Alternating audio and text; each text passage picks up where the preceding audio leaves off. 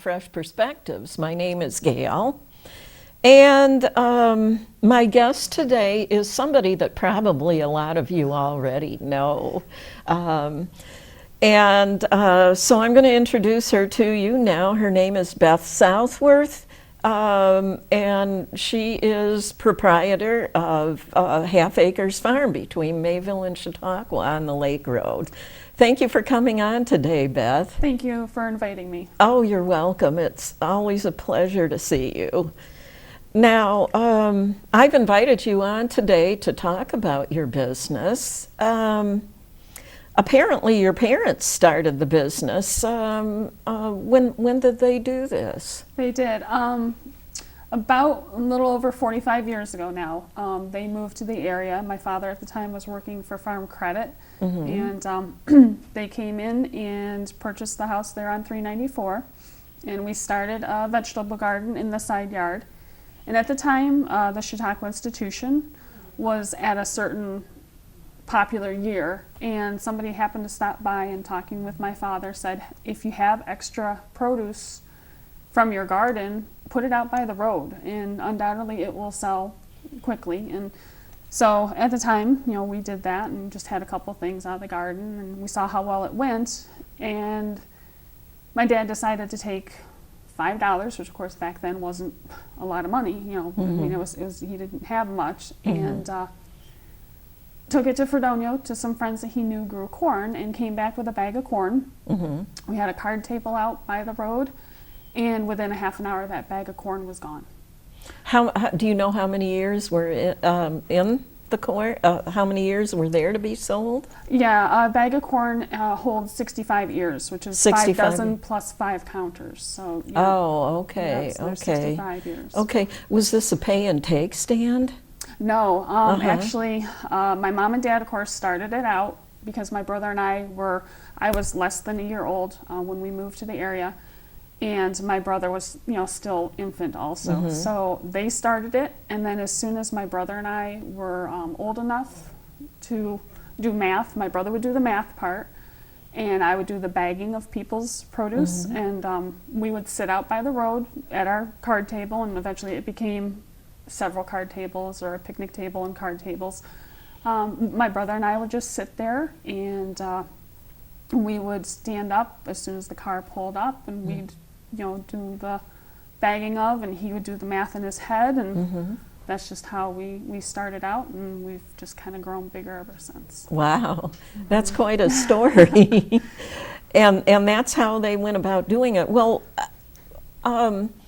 when did they start actually building the building and all of the making it bigger? I actually had gone off to, my brother had gone off to Cornell to college in '89, and then I was at JCC at the time when my dad decided we needed to get larger, and we put up the 40 by 60 rough cut lumber barn where the stand is located now. Okay. We did that in 1992. I was at JCC at the time taking a business education major, and between him, some help from some family member or family friends, and my husband now at the time was taking electricity at Bosie's. He helped us with the electrifying of the barn.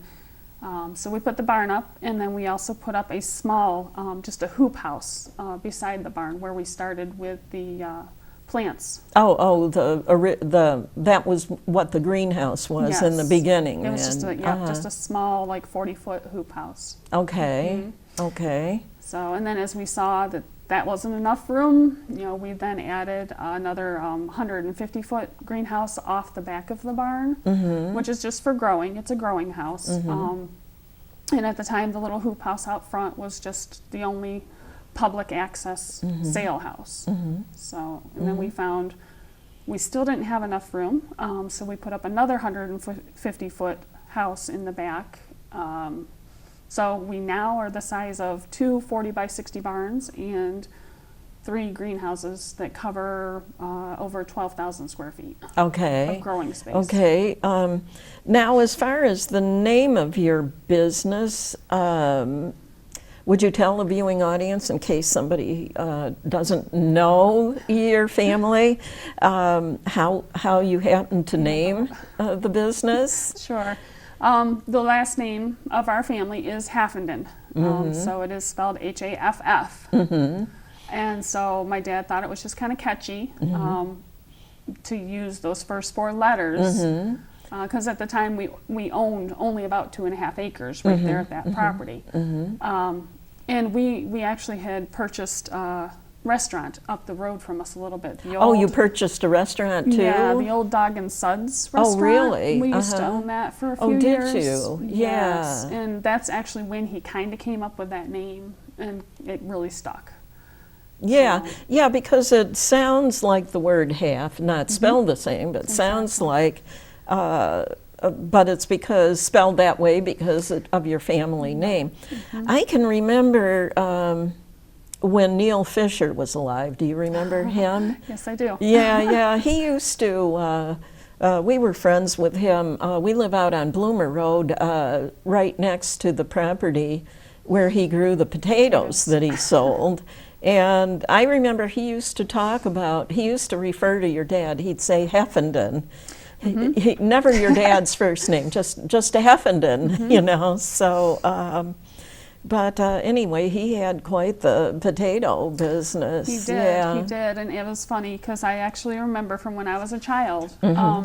He wasn't actually in the business of it per se, but every single year he would go out and he would cut just a few Christmas trees. And, you know, they were sometimes the scraggly Charlie Browns, but they were awesome. And we used to get our Christmas tree from him every single year. And then, of course, during the seasons, we always would get potatoes, too.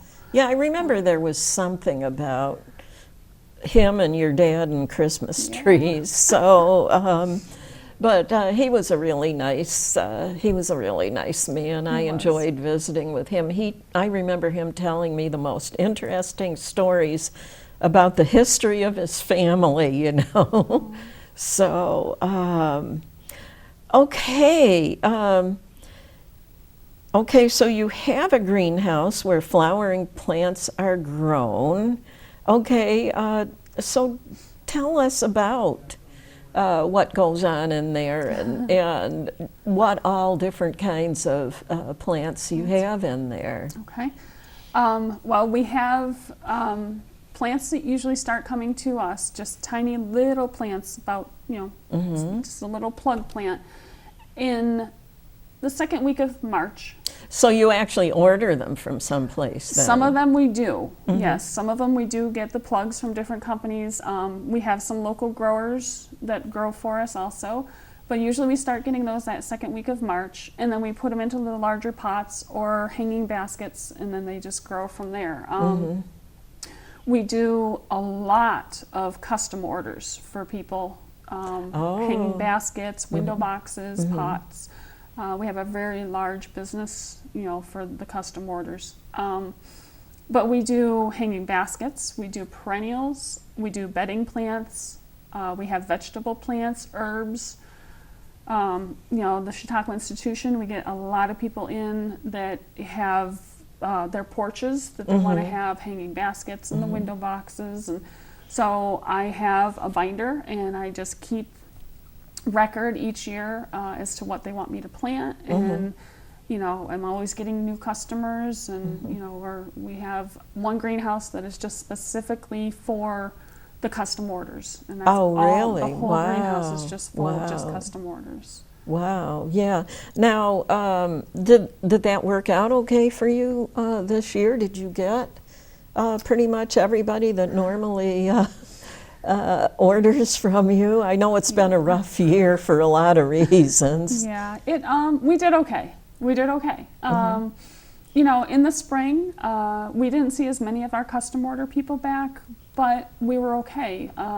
You know, with so many things being closed in the spring, we had a lot of people working in their yards, so we sold a lot of plants. I mean, we did all right.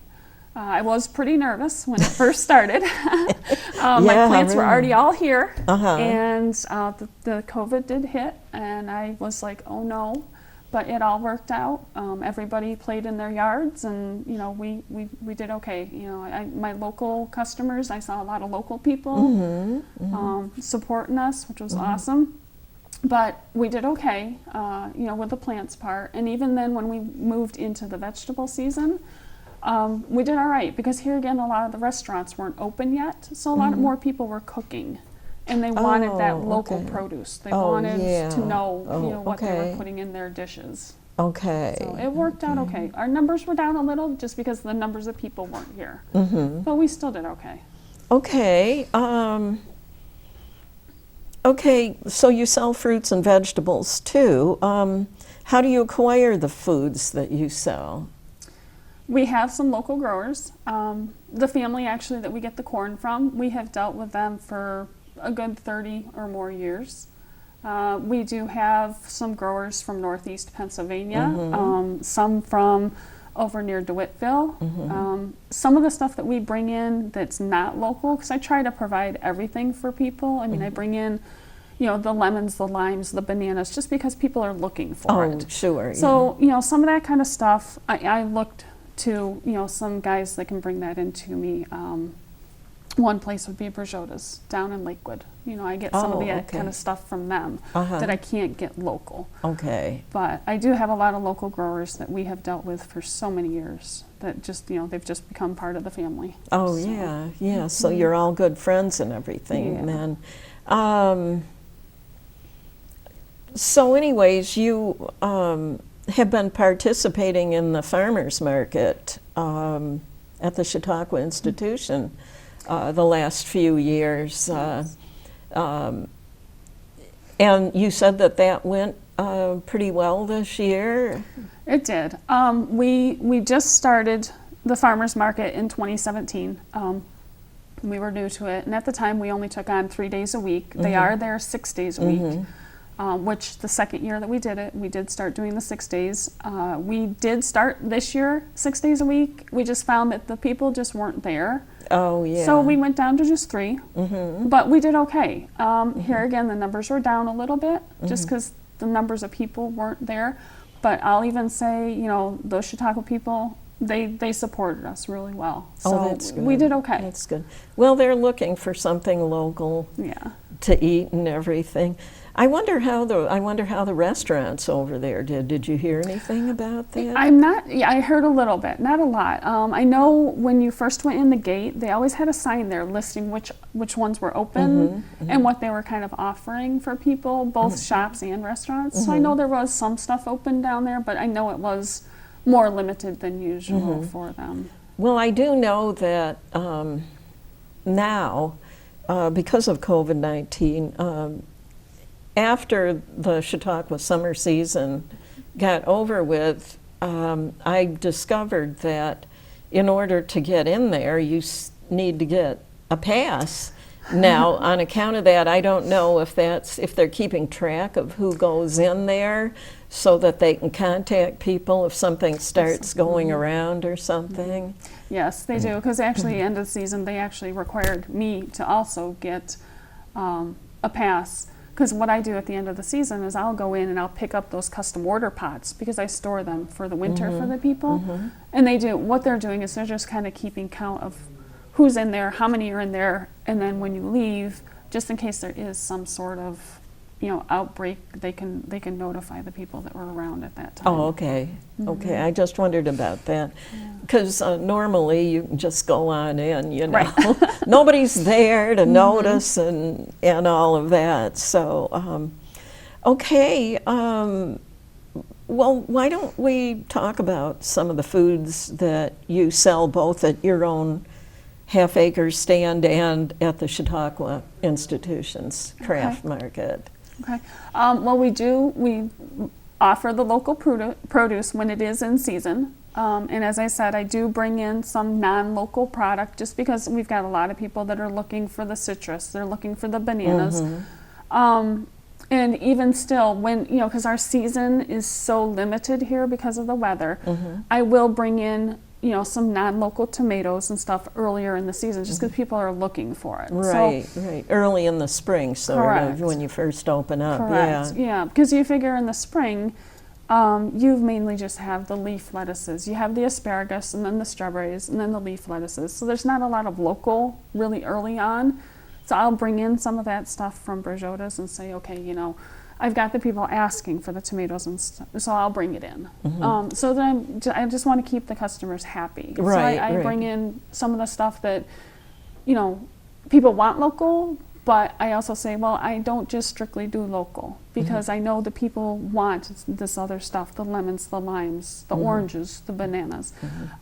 So I do that, both at the stand and also down at Chautauqua. We also carry local maple syrup. Yummy. Yes. Yep. And what I do with that is I bring in a 55-gallon drum and I recant it down myself into the smaller bottles that we sell at the stand and also down at Chautauqua. We also carry the Chautauqua Bee Company honey, which is a local honey. We carry Cuba Cheese Shop cheeses. I have the spreads, I have bars, I have the cheese curds that they carry. We do that. We also have farm fresh, locally raised eggs available during the summer. Yeah, yeah. And we have a friend of the family who does those for us.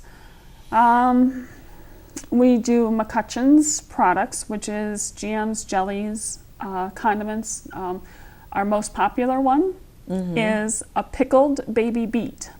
Oh, And they're just little tiny beets. Yes, yes. And they're like in a sweet pickle brine. And we sell probably 35 to 40 cases of those a summer. Wow, that's So, quite a bit. yeah, Yeah. yeah. My husband always plants beets. Every year he plants quite a bit of stuff. He's quite the avid vegetable gardener. He's the one with the green thumb in the family. So yeah. We have, well, you have blueberries too usually, right? We do the local blueberries. And here again, even before those local ones might be ready, I am able to get some that are the New Jersey blueberries, which are usually a very good flavor. They're ahead of this area then. And then you usually have locally grown strawberries We too. do. Yeah. Yes, I have a local grower for the strawberry season. Yeah, and he's also my grower for my asparagus season too. Oh, yeah, asparagus. That's another thing we have in our garden is asparagus, you know. We really love that. So, and the other thing I didn't remember to tell you, one of our very popular items at the stand is the pies. Oh, the pies. My mom's pies. Right, Yes, right. we usually sell anywhere from 3,000 to 6,000 pies Every summer. every summer. Wow, Yeah. that's a lot of pies. That's a lot of work. That many pies is a lot of work. It's a lot of pies. Yeah. Well, the people must really love your mom's pies then. They seem to. Yes, they do. Yeah. Well, she makes other things too, doesn't she? Make muffins and things. Yes, we do muffins. We also do cinnamon rolls, white breads, wheat breads, zucchini, banana bread. Yeah, we do carry some, once in a while, some cookies. It just kind of depends on the time, if we have enough time to make those things. But we definitely always have the pies and the muffins. The cinnamon rolls and the breads and that are usually just on the weekends. But the pies and muffins are daily. Oh, okay. So you have a lot of yummy stuff anyway. Okay, Beth, you have an education in design, and how does this help you with your job? Kind of describe your education to us. Well, I went first to JCC. Uh-huh. Right out of high school, I went to JCC, and I came out of JCC with a business administration degree. And then I transferred to Mercyhurst College out in Erie and took interior design. Once I graduated there, I actually worked for a design firm in Olean. Oh, really? Oh, Yes, and I was designing like all the office buildings for Adelphia Cable at the time. Really? Wow. Yes. That was quite the job. Yes. And then you wound up leaving that and coming to help with the family business. Yes. then. Yeah, my dad's health kind of started going downhill at that time. And I kind of decided I was needed more here So I did. I came back, and at the time we were still living in Hinsdale. So I would just drive the back and forth each day.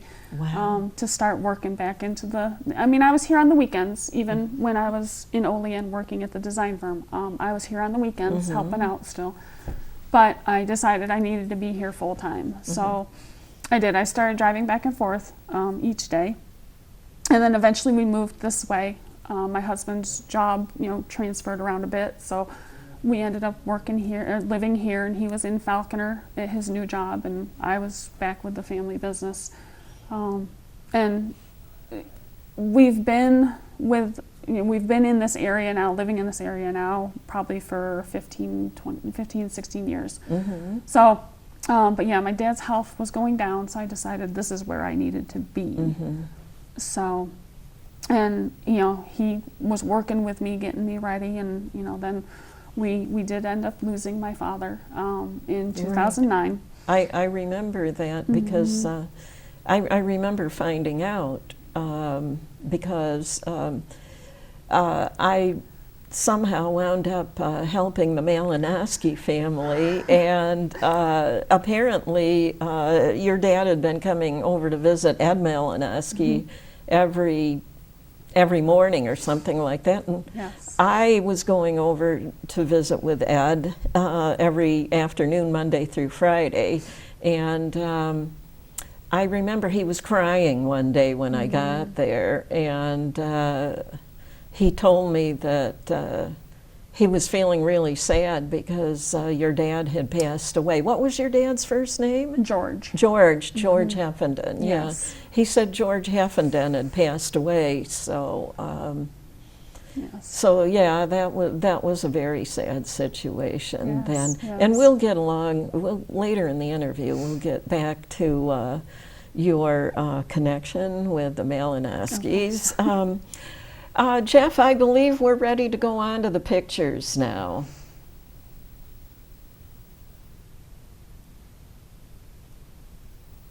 Oh, there, okay. There's your, I keep an eye on that in the spring, late in the spring, because I'm starting to look for locally grown strawberries. I keep my eye open whenever I drive by there to see when it says strawberries on the Sure. sign. So. Yeah, we do try to keep that up to date as often as possible. I do usually start putting out something telling you when we're going to open in the spring with plants. And then I do try to remind people when we're going to have those local strawberries, the local asparagus. The other thing is we do have Facebook. So if for some reason you're wondering, you can contact us on Facebook. You can go on the Facebook page and look for you, okay? Yes, and we're always putting new pictures of the new product on Facebook also. So. Oh, okay. Okay, so so anyway, this is halfway between Mayville and Chautauqua on the Correct. main road then. Okay. And there is the front of your greenhouse, I believe, right? Yes, that is. Yep, that is the sale house. It is our 3-gutter connect. And we have the hanging baskets, and then the stairs in the front have usually the perennials. At the time this picture was taken, we had a lot of hanging baskets. This was probably taken just before Mother's Day weekend. Mother's Day weekend is really a very large weekend for us for the hanging baskets especially. And then usually the Memorial Day weekend is another big one. Well, I wanted to ask you about those hanging baskets now. That's part of what you use your design education towards, isn't it, is making up the hanging baskets? It is. Some of these baskets that you see right here, right now in the picture, are another fellow. We have a couple places actually that help me with some of the baskets, just because square footage wise I don't have enough room to do all of them. But we do some hanging baskets ourselves that do sell right out front, but then I also do the custom orders. Oh, okay. And I do Okay. up a drawing. I have a page for each customer, and I have a drawing of what they have in their basket or their window boxes. I approve it with them, and then I just keep the drawing from year to year so that I have They pretty that much, map there to are go by. customers that pretty much want it pretty much the same every Same as year. last year. Okay. Okay. And there's the jams and jellies and things that you sell, right? McCutcheon, did you say was the name of it? It is. This is the McCutcheon Company, and the McCutcheon Company is actually located in Frederick, Maryland. We have been dealing with this company here again for, well, ever since we built this barn in '92. We have carried the McCutcheon's Company. And the one nice thing about their company is they carry some of the odd flavors that you don't see normally, like in a grocery store. They have like elderberry jelly, crab apple jelly, the pickled beet balls. That's just one of our top sellers. But they do have just some odd flavors that you don't see. There's one that's called strawberry jalapeno. I mean, they just have different. They have different flavors, and we do pretty much sell out each year. Of those. So the strawberry jalapeno is probably on the hot tasting side. It has a little zip to it. Yeah. And how well does it sell? It sells pretty good, does it? It does, because I think people just want something a little different now and then. You know, it's just not something that you can walk into a grocery store and just pick up. Right. Yeah, it is nice to have a nice variety to choose from. Yeah. Oh, this is inside the greenhouse, isn't it? Yes, this is inside the greenhouse. This is a selection of our Gabora Daisies. This is actually one of the items that we do sell a lot of for that Mother's Day weekend, because you usually have the children in wanting to buy something small for mom that's not real expensive. And this is just something, that's usually a pretty popular thing with those children for given to mom for Mother's Day. Yeah, the daisies that you see growing wild, they're all white with a yellow center, pretty much. But yes. So these flowers, how is it that they come in all of these colors anyway? Are they some sort of hybrid or something? I mean, or is this natural? Well, this is a Gerbera Daisy, and these are some of the items that I get as little tiny plugs back in March. And I do have a fellow that starts these for me. And then there's several different varieties of Gerbera Daisies. This just happens to be the one variety that he grows. This spring, I'm actually going to be bringing in a couple different varieties. But what they've just done is they just crossed different colors to come up. The ones that I'm going to have this spring are actually going to be like 2 or 3 tones all in the one bloom. So they've just crossed different colors to make that happen. Well, it seems to me, being over at the Chautauqua Institution sometimes in the summer, it seems like I've seen some where the petals are like a really light pastel shade of blue or something, and different pretty colors like that. Yes. It's pretty interesting, really. Yeah. And there's your steps. Those are our stairs. Right out in front at the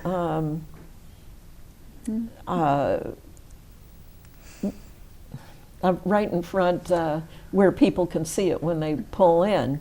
Now, one thing I like to get from you, and I can only get it in September, it seems like, is the Italian prune plums. Those are my favorite. Yes. Those are my favorite plums. Yes. It seems to be it's only that 1 month out of the year that you can find them anywhere for some reason. Yeah, they are a later crop variety, so it is usually in the fall before I have those. But this obviously was a picture taken probably late spring, early summer, because we do have the strawberries available there on the stairs, and you still see a lot of the plants and hanging baskets. I see some of those tomatoes you were talking about, Yes, yep. And we do try to keep these stairs pretty well stocked, just because this is one of our visual points for people when they're driving by the stand. It kind of catches their eye. And the one thing you had asked me earlier about how did my design degree kind of wrap into what I do now, those stairs are kind of part of it, because I've actually had people who stop and take pictures of the stairs and have used them for like greeting cards that they've made. And Gretchen Gady, she's got a shop now over at the institution. I've seen cards of hers that have a picture of that on them.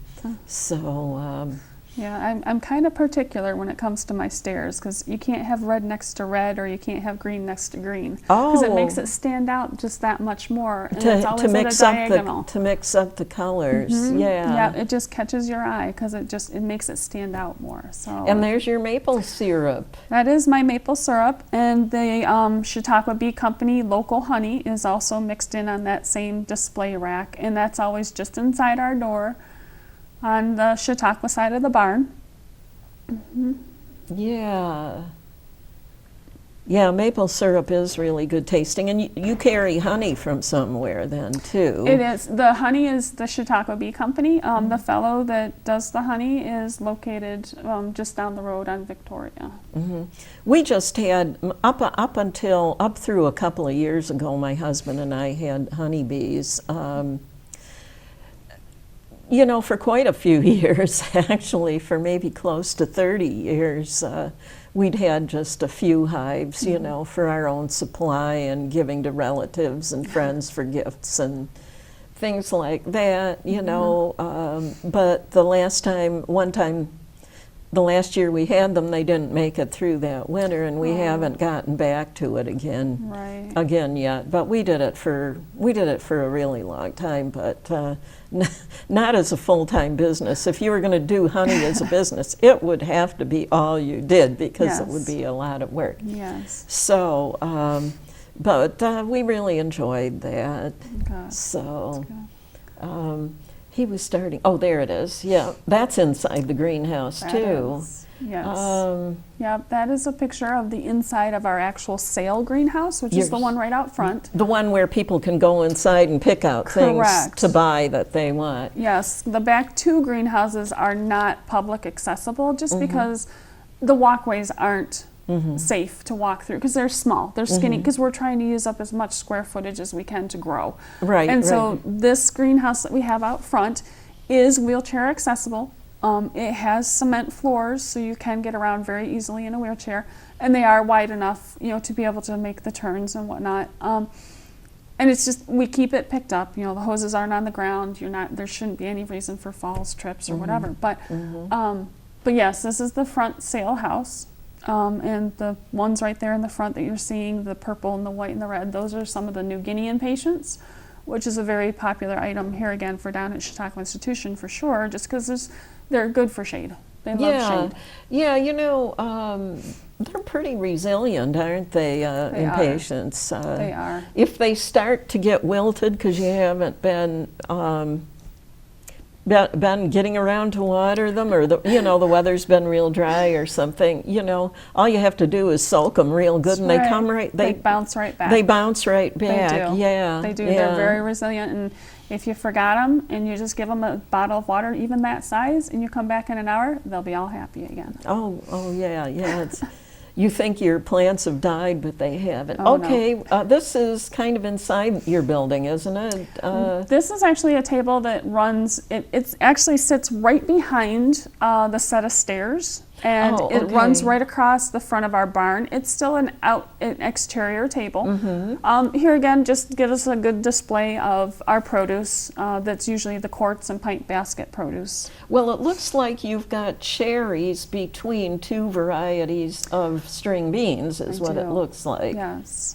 I think I see some apricots in the picture. There's apricots. Yep, we do. We carry, I try to carry as much local stuff as possible. Obviously in that picture, your green beans, your yellow beans, your cherries, the dark cherries are local. The apricots were local.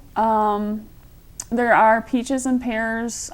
We have apples now, or not now, excuse me. We had apples here in the fall that were local, the ones that you see up in the top corner there. Oh, okay. At that time, were not yet local. Okay. But here again, I still bring it in because those people still ask for it. So.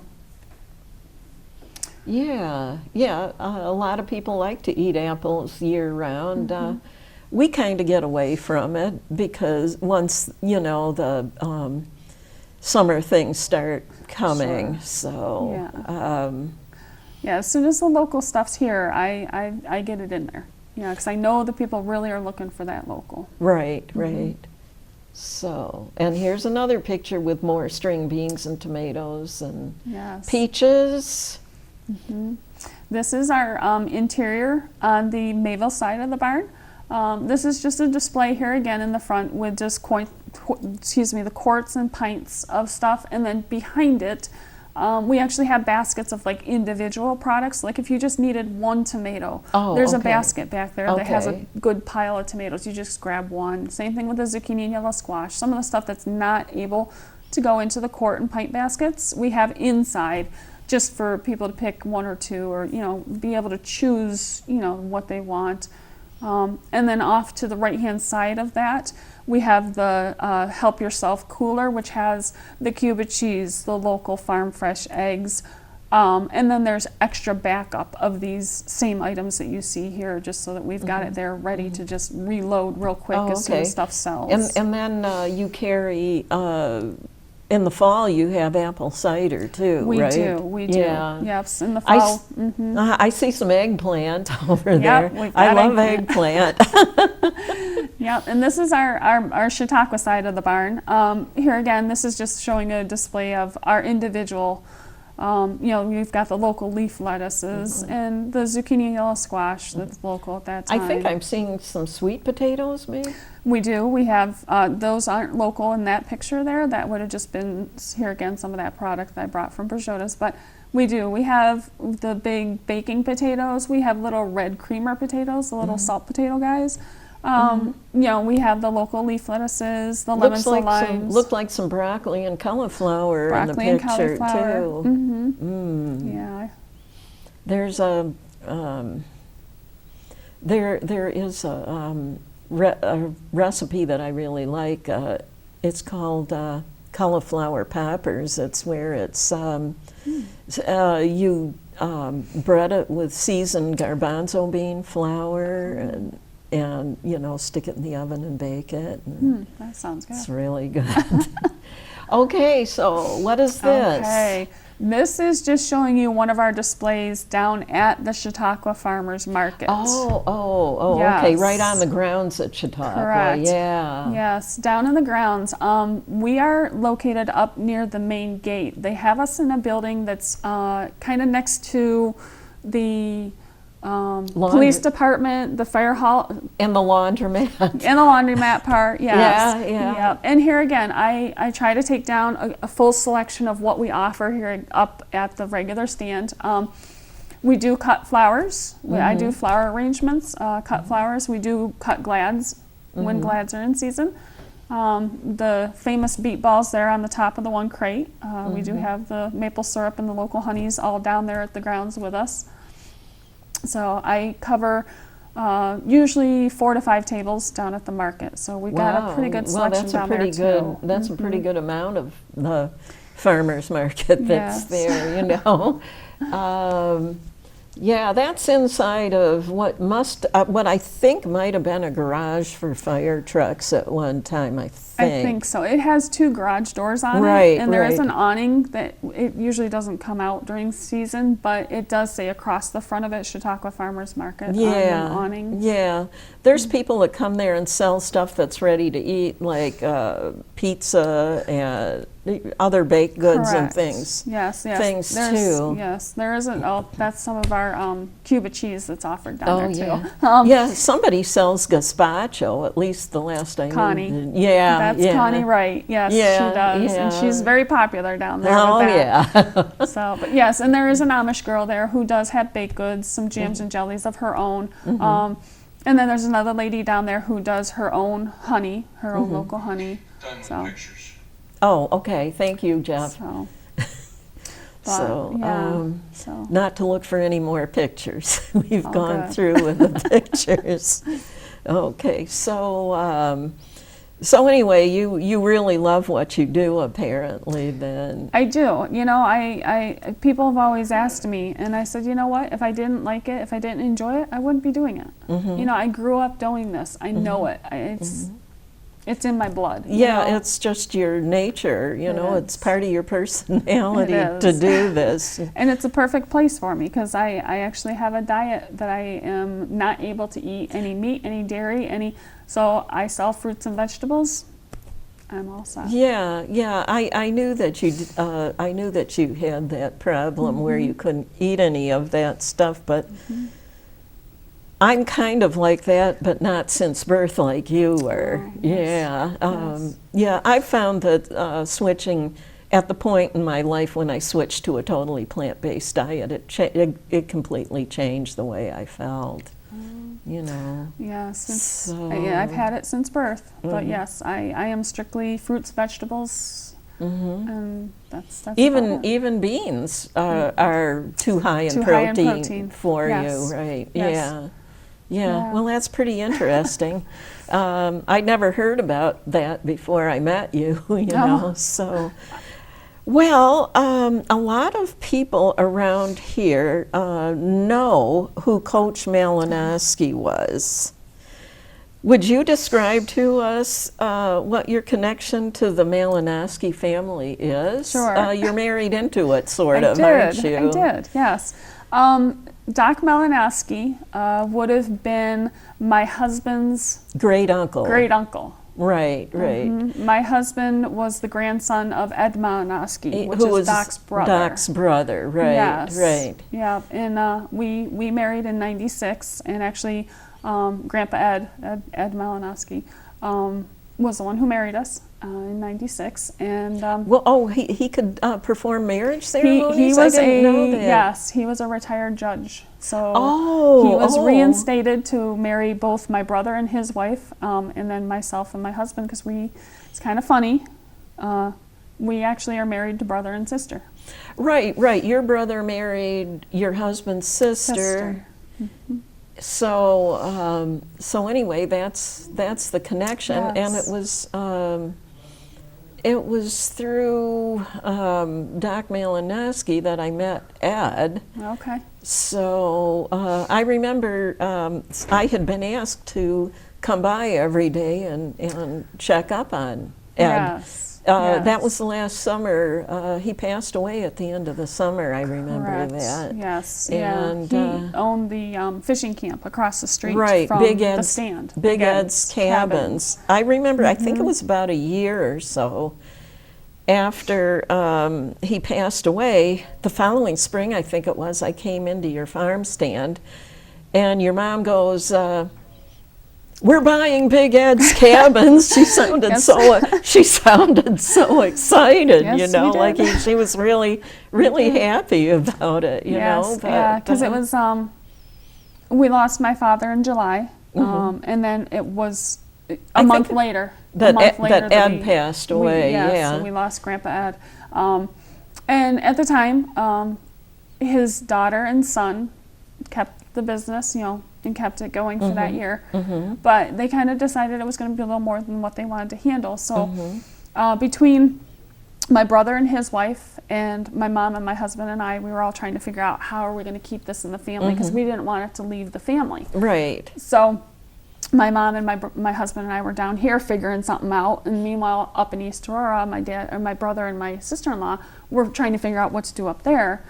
So the agreement had been made that you know, Mom and Ed and I would run Halfacres, and Mom would buy Big Ed's camp, and my sister-in-law would run it, because at the time my brother was already working with Farm Family Insurance. So they agreed to run Big Ed's camp so that we didn't lose it out of the family. So we still had that connection with, you know, with that family business. So, but Yeah, yes. yeah. I didn't know that. I think what it was, well, it was Ed that told me that you were married to his grandson, and that your brother was married to his granddaughter. So the Malinowski and the Heffenden families became one big family. Correct. But anyways, I remember Ed telling me I think there was kind of an annoying neighbor to his camp at one point in time or something like that. And he goes, "My grandkids would annoy the neighbor by necking with by necking with the Heffenden kids." He goes. No. Wow. Jeez. Guess I didn't know about that one. Hopefully that was my brother, not me. I don't think that was me. Oh, no, that was a new one. Well, I hope I didn't say something I shouldn't have. It's all good. It's all good. Hey, you know, teenagers, everybody. Yeah. You know, Oh, yeah. It's all good. Yeah. Yeah. Well, he was telling me that it seems like how he wound up getting the fishing camp was he used to come. Doc was the coach, the boys' athletic coach at the school in Mayville. Correct. And Ed would come to this area, and they'd go up to Canada, I think he said, fishing or something like that every year. And then I think Doc bought somewhere along the line, bought his house that was right on the lake there in the Mayville area. And then somehow they wound up deciding, well, as long as we have this property here, why don't we just, instead of traveling way up there, why don't we just go fishing here? Correct. And then there was something about he wound up buying the property that he had on the lake and starting that fishing camp. Were all those cabins there when he The cabins were already out there. They were already there. They belonged to somebody else. Yes, because my husband's grandparents both would come and actually stay at the camp. When my husband and his sister were younger, they would come and stay at that camp. And when it came up to be for sale, Grandpa was just kind of like, oh, this is probably a good opportunity, and so he did. He bought the business and just started running it, and yeah. And somehow that had to do with how you and your husband met each other then. It was actually a summer. I was selling something, not summer, toward the end of a school year. I was selling something for school, and I didn't want to walk down there by myself, because, I'm like 9th grade or whatever, and I was like, George, why don't you walk with my brother? Why don't you walk with me? So he did. Well, we walked down there, and Ed's sister, my brother's wife, was playing basketball. So she saw us coming down and said, well, do you want to come and shoot some hoops with me while she goes in and sells whatever it was? So we did, and that's how it all started. Because shortly after that, the two of them started dating. And then later that summer, they were talking to me while I was working up at the stand. At the time, we were just the picnic table out front. And said, you really ought to maybe go on a date with my brother. I think you guys will really get along. And that's how it all started. And it turned out that you did get along. We did. Really good. So anyway, the rest is history. Correct. And you've been married how many years? Oh my goodness. It'll be 25 years next September. Oh, really? You've been married that long? 25 years. Wow. Yeah. Wow. Yeah. Okay. Okay, and so anyways, that's pretty interesting. That's really pretty interesting. So anyway, you usually participate in the Walk for Paws every year that has to do with earning money for the Chautauqua County Humane Society. Correct. And Correct. you carry a jar. I mean, you don't carry it. I mean, you have it sitting in the farm stand. Correct. Every Back, year. I want to say it was either 2003 or 2004. I had heard about this Walk for Paws, that the money was donated to the Chautauqua County Humane Society.